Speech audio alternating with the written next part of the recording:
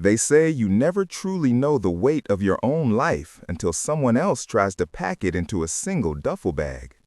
The rain was hammering against the window of room 402, a relentless gray rhythm that matched the throbbing in my left temple.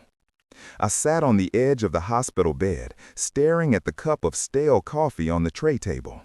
It had gone cold an hour ago, a thin film of oil sitting on the surface, but I kept staring at it because it was the only thing in the room that felt real. My left hand rested on my lap, heavy and useless, a slab of meat that no longer followed my commands. The stroke had taken the strength from that side of my body, stealing my dexterity, my balance, and my independence in a matter of seconds. But it hadn't taken my mind. If anything, the silence of the last 2 weeks had sharpened it, honed it like a blade against a whetstone. I heard everything: the squeak of the nurses' shoes, the distant beep of monitors, and the lies people told when they thought I was too broken to understand. The door swung open, bringing a gust of hallway air that smelled of antiseptic and floor wax. My son, Robert, walked in. He was 48 years old, but in that moment, he looked like a teenager who had just crashed the family car and was trying to figure out how to hide the dent. He was vibrating with a nervous energy that filled the small room, his eyes darting from the window to the bed to the floor, anywhere but my face. He was wearing a suit I hadn't seen before, sharp and blue, and on his wrist sat a watch that caught the fluorescent light with a heavy golden glint. A Rolex, brand new. "Hey, Dad," he said, his voice too loud, too bright. "I've been ready since Tuesday, Robert," I said. My voice was raspy, the words slightly slurred on the left side, but understandable. "Where have you been?" He didn't answer. He busied himself with the small plastic bag containing my personal effects, my wallet, my keys, my glasses. "Work has been crazy, Dad. You know how it is. Mergers, acquisitions." He laughed, a brittle sound that cracked in the air. He moved to the side of the bed, reaching out to help me stand. His grip on my good arm was firm, too firm. It felt hurried. He wasn't helping a father. He was handling cargo. "Easy," I grunted, gritting my teeth as I shifted my weight to my good leg. Sorry, just I've got the car running out front." He maneuvered me into the wheelchair with a lack of grace that made my head spin. As he tucked the blanket around my legs, I saw his eyes fix on the nurse walking by. He gave her a charming smile, the kind he used to charm his teachers out of giving him detention. It worked on her. It didn't work on me. I had seen that smile for 40 years, and I knew exactly what it covered up. "Let's go home," I said, leaning my head back. "I just want to sit in my chair." Robert stiffened. I felt it through the handles of the wheelchair. He didn't say anything, just pushed me forward, moving fast enough that the wheels clattered loudly over the threshold of the room. The drive was agonizing. The rain blurred the world outside the passenger window of Robert's sedan, turning the city into a smear of gray and brake lights. I watched his hands on the steering wheel. He was gripping it so tight his knuckles were white.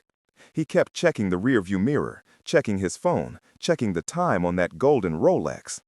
"So," he said, clearing his throat, "Dr. Evans says you're going to need significant physical therapy." "I can handle it," I said, watching the familiar streets pass by. "Right, sure. But it's a lot, Dad. The upkeep, the stairs." "I built those stairs, Robert." We were approaching the intersection. Left meant Oak Creek Drive. Left meant the house I bought 40 years ago. The house where I scraped every layer of paint off the siding myself. The house where Martha took her last breath in the sunroom, holding my hand. Left was home. Robert turned right. My heart gave a strange, sickening lurch. "Robert!" He didn't look at me. He kept his eyes locked on the road, accelerating slightly. "Traffic is bad that way, Dad." "This isn't a shortcut. This heads toward the industrial park." "Dad, just relax." "Don't tell me to relax." The car was silent for a long minute, the only sound the rhythmic thumping of the wipers. We passed the old textile factory, then the rows of storage units. The scenery grew drab, colorless. Concrete and chain-link fences replaced the trees and manicured lawns of my neighborhood. Robert pulled the car into a parking lot, surrounded by a high metal fence. A sign out front, peeling and faded, read, "Shady Elms Assisted Living." It didn't look like a home. It looked like a minimum security prison where people were sent to be forgotten. The building was a block of beige stucco, stained with water streaks. There were no trees, just pavement and a few plastic chairs chained to a concrete slab near the door. Robert killed the engine. The silence that filled the car was heavy, suffocating. "Robert," I said, my voice low, dangerous. He finally looked at me. His face was pale, sweating slightly despite the air conditioning. He looked like a cornered animal that had decided to bite. "Dad, we need to talk," he said. "I didn't want to tell you at the hospital." The words hung in the air, nonsensical. I blinked, trying to process them. "I sold the house," he repeated, the words coming out in a rush now, faster and faster, a torrent of gaslighting designed to drown me. "While you were while you were in the ICU. Dad, it was too much. The doctor said you might not walk again. You can't live there alone. The market was hot, incredibly hot, and I got a cash offer, no contingencies." I whispered. The shock was a physical blow, colder than the rain outside. You can't." "I used the power of attorney," he said, his voice rising, defensive. "The one you signed last year when you had the scare with your heart. It gave me full control over your assets in the event of incapacitation." "You were incapacitated, Dad," I shouted, the strength returning to my voice through sheer fury. "I wasn't in a coma. I was awake," he snapped, slamming his hand against the steering wheel. "Look at you. You're half paralyzed. Who was gonna mow the lawn? Who was gonna fix the roof? Me? I have a life, Dad. I have a career." I stared at him. The man I raised. The boy I taught to fish.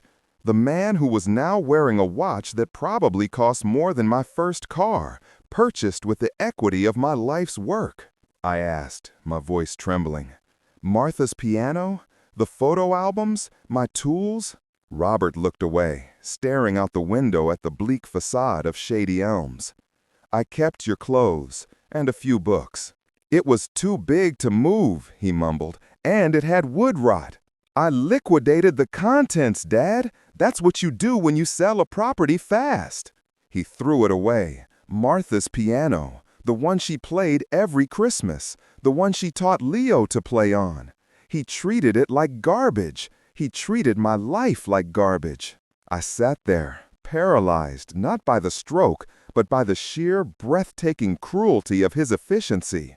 He hadn't just sold a building. He had erased my existence. He had decided I was done, that I was no longer a person with a history and a future, but a problem to be solved, an asset to be liquidated.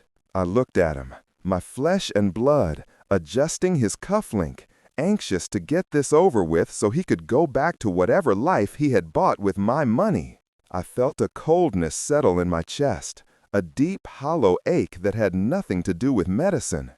I spent 40 years building a legacy for him. I worked double shifts, I saved, I sacrificed, and it took him 4 days to sell it all to the lowest bidder of his own morality. They say a father provides, but they never tell you that you need to protect yourself from the ones you provide for.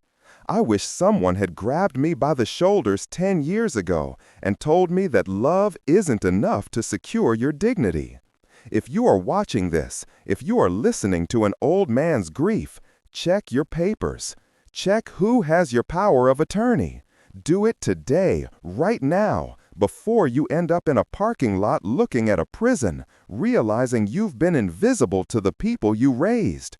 Don't make the mistake I did. Tell me in the comments if you've ever felt like your family was just waiting for you to get out of the way. "Come on," Robert said, opening his door. "Let's get you settled. It's not so bad inside." He got my wheelchair from the trunk. He wheeled me into the lobby, which smelled of urine masked by lavender air freshener.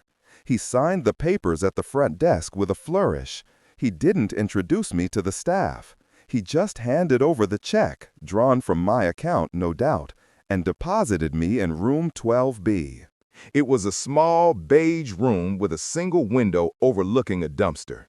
There was a twin bed with a thin, plastic-covered mattress, a particle board dresser, and the duffel bag he placed on the floor.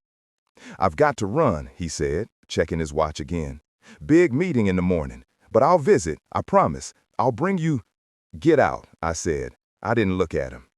"Dad, don't be like that." He lingered for a second, then shrugged, turning on his heel. "You'll thank me later." He left. I listened to his footsteps recede down the linoleum hallway. I listened to the front door open and close. I listened to the muffled roar of his engine as he drove away, leaving me there to die. Night fell slowly. The shadows in the room stretched out like long, dark fingers. I sat on the edge of the bed, listening to the sounds of the facility. A television blaring a game show in the next room. A woman crying softly for her mother 2 doors down. The hacking cough of a stranger across the hall. I felt the grief washing over me, a tidal wave of despair. I was 72 years old. I had nothing. No home, no wife, no son. Just a bag of old clothes and a body that didn't work right. The urge to just lie down, close my eyes, and let the darkness take me was overwhelming. It would be so easy. Just let go. Let Robert win. Let him have the money and the watch and the guilt. I reached for the duffel bag, my good hand trembling. I needed something familiar. I pulled out my old leather bomber jacket, the one Martha bought me for our 25th anniversary. Robert had stuffed it in the bottom. The leather was soft, worn smooth by decades of wear. It smelled like my closet, like cedar and Old Spice and home. I pulled it onto my lap, burying my face in the collar, inhaling the scent of a life that had been stolen. My hand brushed against the inside breast pocket. I felt a lump. I frowned. I reached inside. My fingers closed around a small rectangular object. It was a notebook. A small black moleskin notebook I used to carry everywhere. I hadn't used it in years. I opened it, the pages crinkling softly. It was filled with old measurements, reminders, grocery lists in Martha's handwriting. I flipped to the very back page. There, written in my own hand, in blue ink that had slightly faded, was a date and a note. August 12, 2014. Meeting with Elias regarding the trust. I stared at the words. The memory hit me like a bolt of lightning, illuminating the dark room. Robert thought he was a genius. He thought he was a shark who had swallowed a minnow. He thought the power of attorney gave him the right to sell the house because the deed was in my name. But Robert was always lazy with the details. He only saw what he wanted to see. He forgot what happened 10 years ago, right after Martha passed. He forgot that even then, I saw the way he looked at blackjack tables. I saw the way he looked at easy money.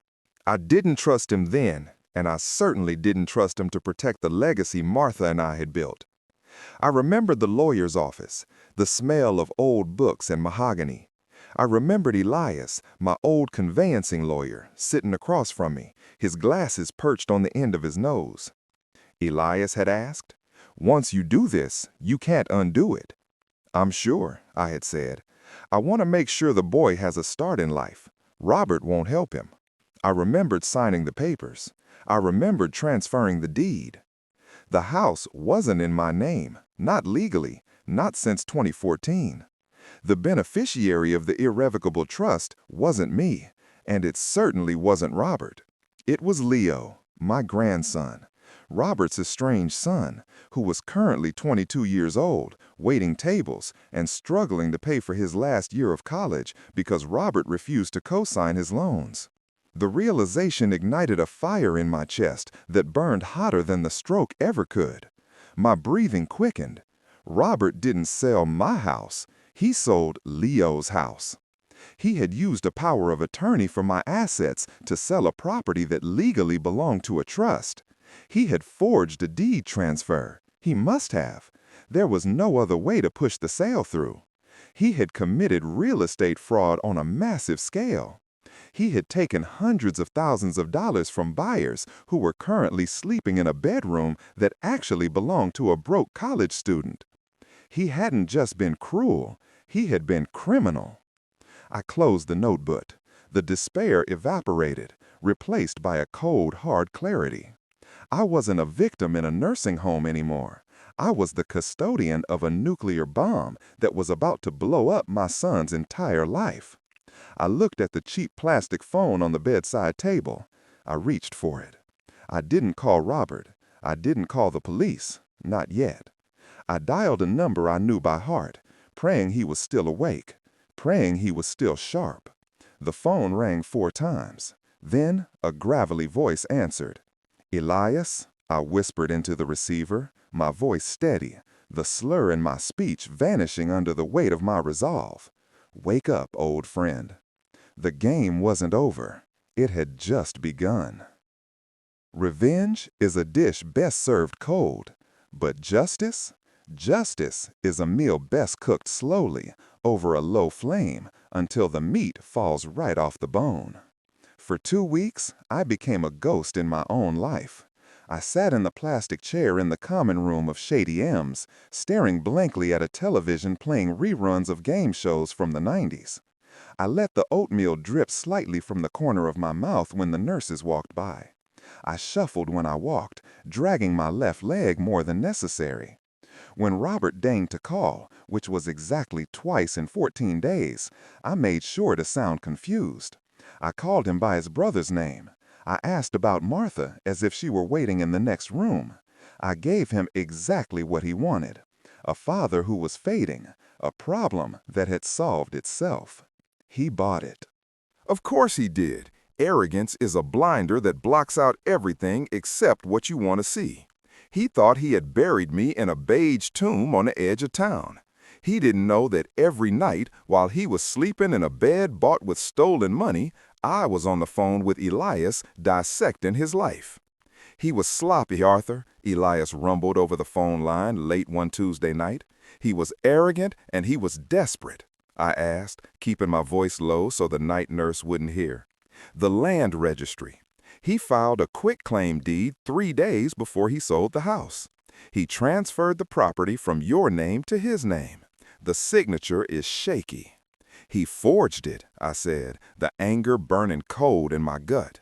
He had to, Elias confirmed. The title company would have flagged the trust immediately if he tried to sell it directly.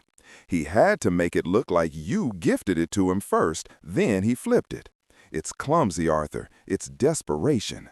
He's underwater on gambling debts, just like we thought. He didn't just cut corners, I whispered. I hung up the phone. I had the gun. Now I needed the soldier. I tracked Leo down the next morning. It wasn't hard. He was working the early shift at a coffee shop near the university, trying to scrape together tuition for his final semester. I took a cab using cash I had stashed in the lining of my jacket. When I walked in, leaning heavily on my cane, Leo dropped a tray of mugs. He rushed over, vaulting the counter. "Grandpa? Oh my God! Grandpa, what are you doing here? Dad told me." I looked at him. He was 22, but he looked older. He had my eyes and Martha's gentle chin. But there were dark circles under those eyes that spoke of double shifts and sleepless nights. He was wearing a uniform that was frayed at the cuffs.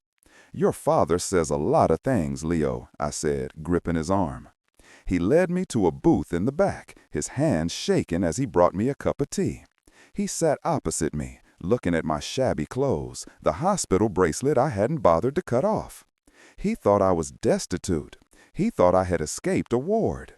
And yet, the first thing he did was reach into his pocket and pull out a crumpled $10 bill. "I can get you some food," he said. "I can find you a place to stay tonight." That broke me. It shattered the stone wall I had built around my heart. Here was a boy with nothing offering me everything. And there was his father, a man with everything who had taken the last thing I had. "Put your money away, son," I said, my voice thick. "I'm not broke." Leo looked confused. "Grandpa, Dad cut me off 2 years ago." I reached into my jacket and pulled out the file Elias had prepared. I slid it across the sticky table. He opened the folder. He stared at the legal documents, the deed of trust, the date from 2014. He read the words, his brow furrowing. "That is the deed to 402 Oak Creek Drive," I said. "I put it in an irrevocable trust 10 years ago." "I knew your father would come for it eventually." Leo looked up, tears brimming in his eyes. "The beneficiary isn't me, Leo, it's you." I leaned forward, my voice hardening. "You are the owner of a 4-bedroom colonial in Westgate, the house you grew up in." The realization hit him in waves. Confusion, disbelief, and then, finally, rage. It started in his jaw, clenching tight, and moved to his fists, balling up on the table. Leo whispered. "He forged a deed," I corrected. "He committed grand larceny. He defrauded the buyers." Leo looked at me, and for the first time, I saw the man he was becoming. He wasn't a victim. He was a Cromwell. He asked. "We take it back," I said. Robert was throwing a party. Of course he was. Narcissists don't steal quietly. They steal so they can celebrate.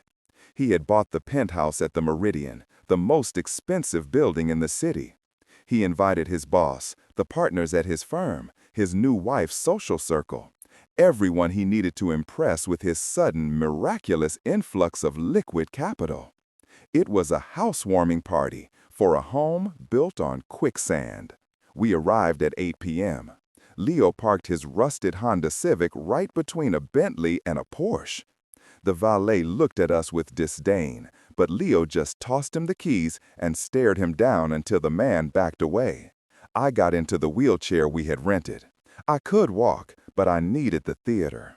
I needed to be the prop that made Robert comfortable right before the trap snapped shut. Leo pushed me. He was wearing a suit I had bought him for his high school graduation.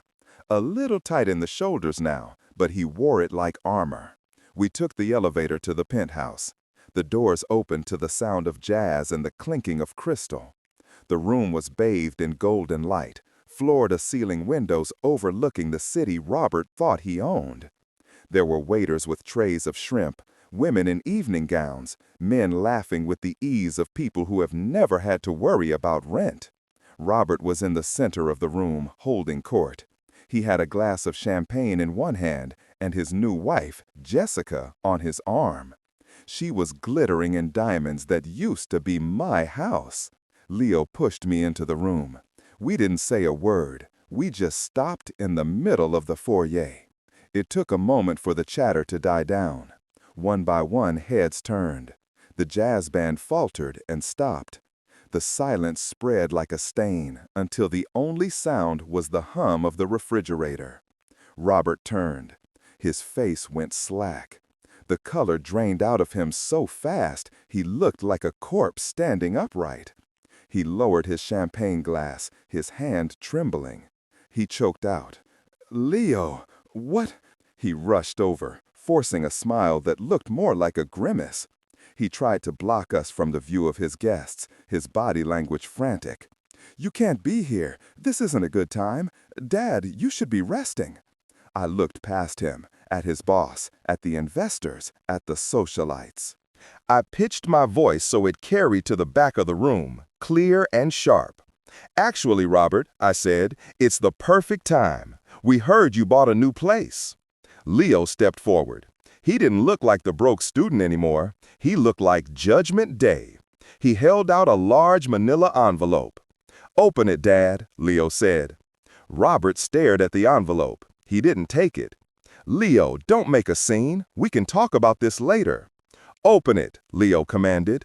Robert's boss, a stern man with gray hair, stepped closer. Robert flinched. He snatched the envelope. His fingers fumbled with the clasp. He pulled out the papers. It wasn't a card. It was a cease and desist order from Elias, a copy of the irrevocable trust deed from 2014. and a letter from the title insurance company declaring the sale of 402 Oak Creek Drive void due to fraud. Robert read the first line. His knees actually buckled. He grabbed the back of a sofa to steady himself. "You sold a house you didn't own, Robert," I said, standing up from the wheelchair. The gasp that went through the room was audible. I stood tall, leaning on my cane, letting them see that I wasn't the invalid he had painted me to be. "That house belongs to Leo," I continued, my voice ringing with steel. "It has belonged to Leo for 10 years. It was in a trust. You forged a deed transfer. You defrauded the buyers." I gestured around the penthouse. "No," Robert stammered, sweat breaking out on his forehead. "No, the power of attorney. I had the right."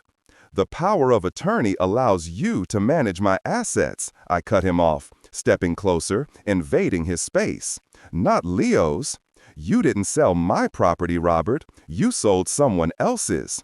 That's not management. That is grand larceny." Jessica, his wife, grabbed his arm. She looked at the papers, then at me, then at the diamonds on her wrist. She looked at him with pure, unadulterated disgust. "Robert, is this true?" Robert pleaded, looking around the room, his eyes wild. "It was a family matter." "You spent it," Leo said coldly. Robert's boss walked over. He took the champagne glass out of Robert's hand and set it on a table. "Robert," he said, his voice quiet and lethal, "don't bother coming in on Monday." He walked out. That broke the dam. The guests began to scatter, murmuring, avoiding Robert's eyes. They flowed out the door like water, leaving him standing in the wreckage of his fake life. His wife threw the envelope at his chest and stormed into the bedroom, slamming the door. We didn't stay to watch him cry. We didn't stay to hear his excuses. We had done what we came to do. We left him standing alone in his empty penthouse, surrounded by half-eaten shrimp and the echo of his own destruction.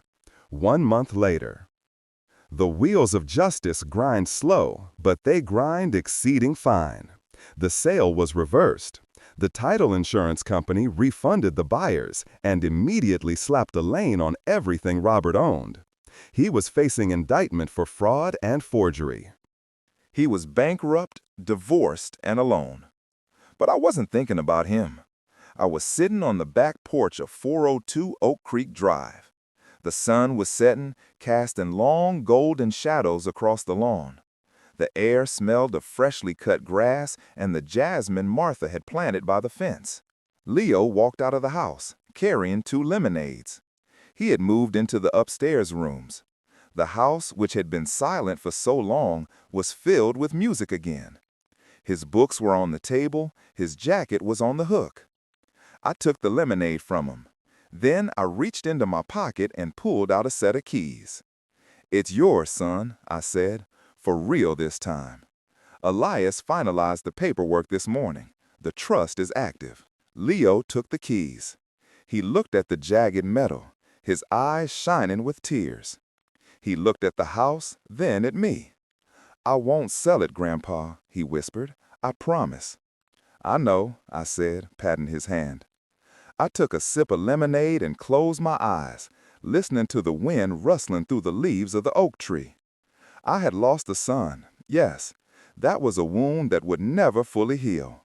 But I had gained the future. I had saved the legacy. Betrayal leaves a scar, thick and ugly. But justice?